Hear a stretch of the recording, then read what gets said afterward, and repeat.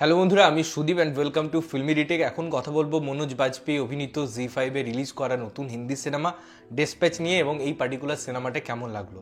দেখুন, এই সিনেমার যদি আমাকে গল্প অল্প করে বলতে হয়, মনোজ বাজপেয়ী ক্যারেক্টারটা একটা জার্নালিস্ট এবং তার জীবনে একটা এমন ইনভেস্টিগেশন দরকার যেটা খুব প্রয়োজন আছে এবং সেরকম একটা কেসের সন্ধানও তিনি পান।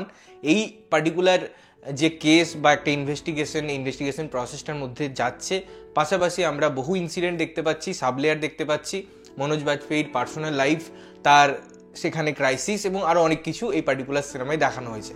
তো সিনেমাটা কেমন লাগলো? প্রথমত, এই যে জনার, যে স্পেসিফিক জনারটা আছে না, সেটা আমার মতে খুব ক্রিস্পি হওয়া উচিত। বিকজ যে ইনভেস্টিগেশন প্রসেসের মধ্যে যাচ্ছে, তার মধ্যে যে সাবলেয়ার আসছে, যে ক্যারেক্টারগুলো আসছে এবং তাদের সাথে রিলেশনশিপ ডেভেলপমেন্টের জন্য যদি কোথাও গিয়ে এই ধরনের প্রসেস বা স্ক্রিন প্লে কোথাও লুফোলস থাকে বা কোথাও স্লো ডাউন হয়ে যায়, তাহলে পরে অডিয়েন্স রিটেনশন কমতে থাকে। যদিও এই সিনেমার প্রথম হাফটা বেশ এঙ্গেজিং মনে হয়, বা যে কেসটা আমাদের কাছে প্রোভাইড করা হচ্ছে তার সাথে যে ঘটনাগুলো ঘটতে থাকে সেগুলো মোটামুটি এনজয় করার মতো। বাট যখন সেকেন্ড হাফ আসে এই সিনেমাটা এতটাই ফ্ল্যাট হয়ে যায়, এতটাই এর ড্রপ ডাউন হয় এবং তার থেকেও বেশি কথা, স্ক্রিন প্লে লেভেলে মনে হয় যেন কিছুই হচ্ছে না, সব জায়গায় যেন আটকে গেছে, পুরো গল্পটা একদম বসে গেছে। এই প্রসেসটার জন্য ওভারঅল সিনেমার যে এক্সপিরিয়েন্সটা, ওভারঅল সিনেমার যে জার্নিটা, সেটা কোথাও গিয়ে ভালোভাবে ফুটে ওঠে না। সেকেন্ড, এই সিনেমার পজিটিভ দিক, কিছু যদি পজিটিভ দিক এই সিনেমাটা অফার করছে, সেটা হচ্ছে পারফরমেন্স। আমি যদি বলি শুধুমাত্র মনোজ বাজপেয়ী দারুণ অভিনয় করেছে, সেটা বলা ভুল হবে। আদার্স কিছু ক্যারেক্টার আছে যাদের জায়গায় খুব সেটেল, কিছু কিছু জায়গায় তাদের পারফরমেন্স সত্যি ইনপুট দিয়েছে সিনেমাটায় এবং তার ফলে কিছু কিছু জায়গায় ওই কম্প্যাক্ট ব্যাপারটা, ওই ইনভেস্টিগেশন প্রসেসটা আমাদের এনজয় করতে হেল্প করে। কিছু কিছু ডার্ক কমেডি আছে যেগুলো সত্যি ওয়ার্ক করে এবং সত্যি আমাদের ওই ফিল গুড ফ্যাক্টরটা প্রোভাইড করতে পারে। তার ব্যাকগ্রাউন্ড মিউজিক ইনহ্যান্স করে কিছু কিছু জায়গায় রিপিটেটিভ মনে হয়, কিছু কিছু জায়গায় বিরক্তিকর লাগে।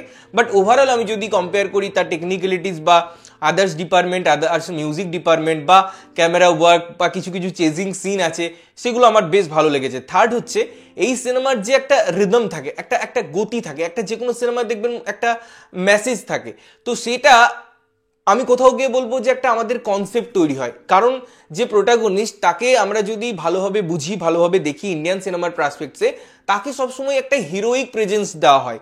সে যদি ইনভেস্টিগেশন করছেও, আমরা এরকম অনেক সিনেমা দেখেছি যে তার যদি একটা ডার্ক সাইড থাকেও, কোথাও গিয়ে এন্ড অফ দ্য ডে সেটার পিছনে কারণ হয়তো পুট করা হয় এমনভাবে যাতে আমরা এন্ড অফ দ্য ডে ওই ক্যারেক্টারের সাথে কোথাও ইনজাস্টিস খুঁজে পাই এবং তার ফলে আমরা এটা ধরেই নিই যে ক্যারেক্টারটা আজকে যেটা হয়েছে বা আজকে যে পরিণতিটা হয়েছে, তার পিছনে হয়তো তার ছোটবেলার কোনো ইনসিডেন্ট আছে, তার হয়তো বড় হয়ে একটা ওয়াইফের দিক থেকে একটা প্রবলেম আছে। আমরা অনেক ক্ষেত্রে দেখেছি সেই জিনিসটা, যে একটা ডিভোর্সের জায়গায় চলে যায়, তার একটা ডিলেমা থাকে, তার একটা একটা প্রসেস থাকে সেই ঘটনাটাই যাওয়ার পিছনে।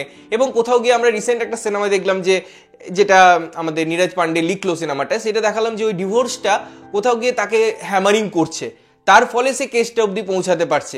তো এইরকম অনেক ঘটনা দেখবেন আপনি, ওই প্রোটাগনিস্টটা কোথাও গিয়ে তার হয়তো যদি ডার্ক সাইড থাকেও, সেটাকে আমরা এন্ড অফ দ্য ডে দেখতে পাই যে তাকে সেটা মহৎ উদ্দেশ্যে লাগিয়ে দেওয়া হচ্ছে। বাট এখানে যে ক্যারেক্টারটা আমাদের মেন ক্যারেক্টার, যে ক্যারেক্টারটা আমাদের প্রোটাগনিস্ট, তার বিভিন্ন অ্যাঙ্গেল দেখানো হয়েছে। তার ওয়াইফের সাথে প্রবলেম, তার একটা পরকীয়া, তার একটা আদার সাইড, এবং সেই ক্যারেক্টারটা যদি আমি তার পার্সোনাল লাইফটাকে বিচার করি, সেটা কিন্তু ঘেটে আছে, সেটা কিন্তু খুব বাজে এবং সে ক্যারেক্টার হিসেবেও কিন্তু খুব ভালো না।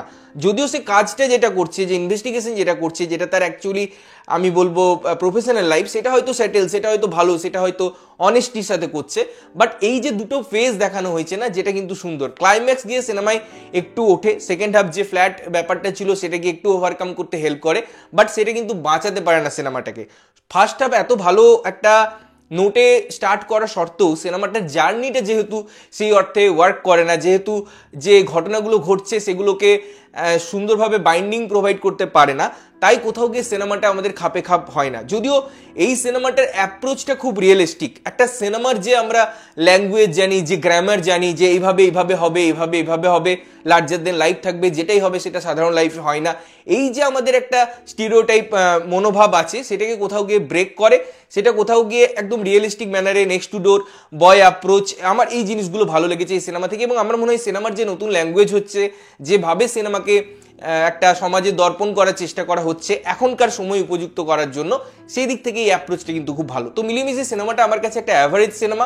তোমরা যদি দেখেছো তোমাদের কেমন লেগেছে জানিও, না দেখে থাকলে অবশ্যই দেখতে পারো এবং দেখেছে জানাতে পারো কেমন লাগলো। ততক্ষণের জন্য ভালো থাকবে, সুস্থ থাকবে এবং সবসময় ভালো জিনিস দেখবে।